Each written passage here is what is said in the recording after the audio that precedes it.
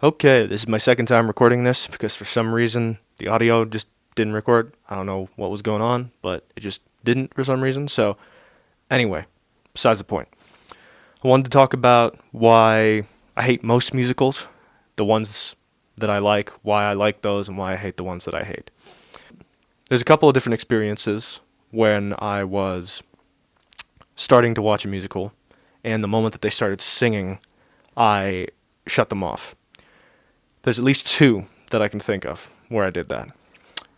One was the movie about the lizard and the tortoise with Bill Burr and Adam Sandler, which was called Leo.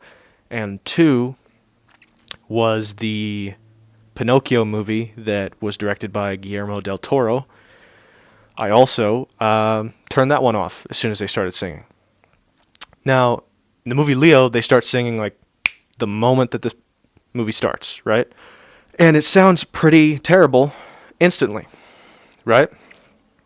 It sounds really terrible. It sounds like a screeching vulture that's dying of blood loss or something like that. It sounds like somebody dying of some lung related thing. Like that's what it sounds like. So I shut it off after like 2 minutes. So that's one thing, right? The Guillermo del Toro one is that the first song that happens in that movie where Pinocchio's singing it, it's so poorly written, it's so poorly composed. Musically, it's not appealing to listen to when it starts. And the lyrics suck. It's like he's just kind of walking around the room, right? And he's looking like, what do I do with this thing and this thing? And the lyrics are literally, what to do with it, what to do with it, and it's that over and over again. Like there's no variation, there's no creativity in the song. It's very din din din din din din din din. It's not interesting, and it's annoying too because they made Pinocchio really annoying in that, and they made him annoying to the audience as well as other characters in the movie instead of just annoying to other characters, which is what you're supposed to do. Other ones. Oh, there's a pretty popular one that is critically acclaimed, and I don't understand why. There's this movie called My Fair Lady with Audrey Hepburn, and I'm a huge fan of Audrey Hepburn. I actually love her as an actress, and I love a lot of her movies. But I think this movie's terrible. It's called My Fair Lady. It's probably the worst musical I've ever heard, and I don't know why I watched the whole thing. I was watching it with my mom, so maybe I just wanted to watch something with her and try to enjoy something, even though it was a terrible movie. The songs in that movie are similar to the song that I mentioned prior, where a lot of them are pretty one note, pretty like mind-numbingly simplistic in how they're composed and how they're written. And it's like there's one song that I never forgot because it was so terrible. It was literally like a guy going, "You did it, you did it, you did it, you did it, you did it, you," like over and over again, and that was the song. Couldn't sing. Nobody in the movie could sing besides Audrey Hepburn, because she's sang well in other movies too. And the songs sucked. They were not catchy. They weren't creative. They had no variation in the way, they were composed. And that movie came out a long time ago, so I guess I could give it some grace, but I still think there are better musicals that came out during that time than that one. And yeah, the characterizations in that were pretty terrible too, where they tried to push this romance with the main guy and Audrey Hepburn, and he's just a jerk the whole time. And then by the end of the movie, he sings about, "I kind of miss her face," and then she comes back, and it's a really terrible romance movie. Romance movies are really bad and terrible, and I think I'll talk about that later as well, and how those could be improved, because I think there's a lot of potential for romance movies, and most of the time that potential is squandered. The ones that I like is like, think of any of the Disney animated ones. They've all been well. All of the songs in that are creatively done, got great lyrics. Again, lyrics that you can tell somebody spent a good amount of time on them.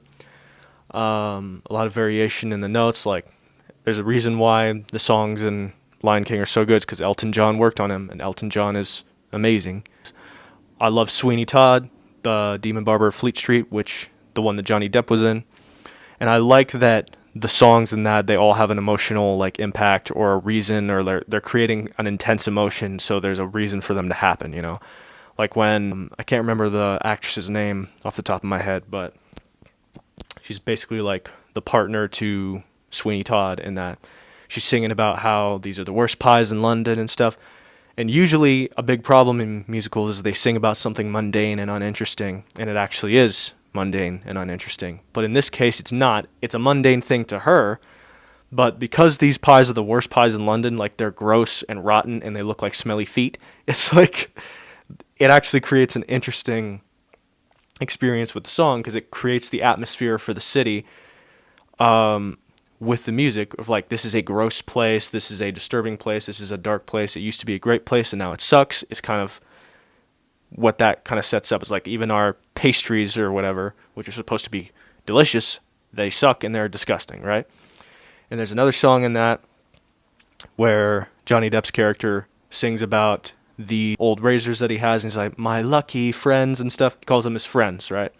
Because they bring him back to a time when he was happy, or a time when he was with the love of his life, and stuff like that. And there's a lot of emotion in it, narratively and performance-wise, and the vocals are very good, and Johnny Depp's a great singer. My favorite musical of all time is The Greatest Showman, which, despite having a pretty cliche story that's not super different, the music in that movie is so well executed that it creates a different experience for me subjectively. That all of the songs are so well put together, they have so much variation and like the notes and different instrumentals, and everybody in that movie has great vocals, is a great singer. There's not a single bad singer in that movie. The music in that movie is so good that a lot of people, after that movie came out, started singing the songs in that movie on like talent shows like AGT and stuff like that, and people still listen to those songs because they can exist outside the movie and still be good. Like there are some songs that are just like, nobody's ever going to listen to this. Why did you construct it in this way? Because it's just like spoken dialogue but sang instead, and those are the worst kinds of songs in musicals, right? Those are probably the ones I hate the most, some of the ones that I hate the most. And I just think as a genre, as a whole, the musical genre is usually executed poorly.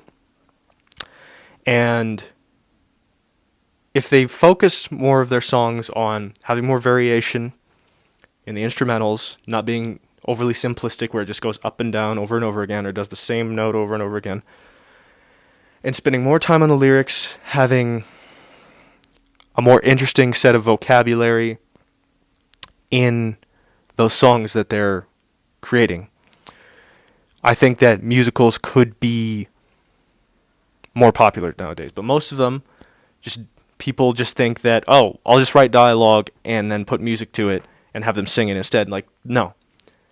That's stupid, and nobody likes that. It's just a genre that I think has a lot of potential, most of the time falls flat. That's why I didn't even bother to go see the second Joker movie, because I heard so many bad things about the music. And when I don't like the music in a musical movie, I can't sit through the movie. It's not like something I can ignore. It's like, oh, I'll enjoy the rest of it. Like, no, I have to shut it off because it's that annoying and it's that aggravating. That's what I wanted to talk about. When musicals are good, they're great. They just need to be given more care to the way the songs are composed and the lyrics to them. And then the songs need to be treated as if these songs are being written by themselves without a movie attached to them. And like, let's make a really good song and then integrate them into the movie. If you think like that, I think we'll probably have better musicals in general, just better songs, better soundtracks from these movies in general.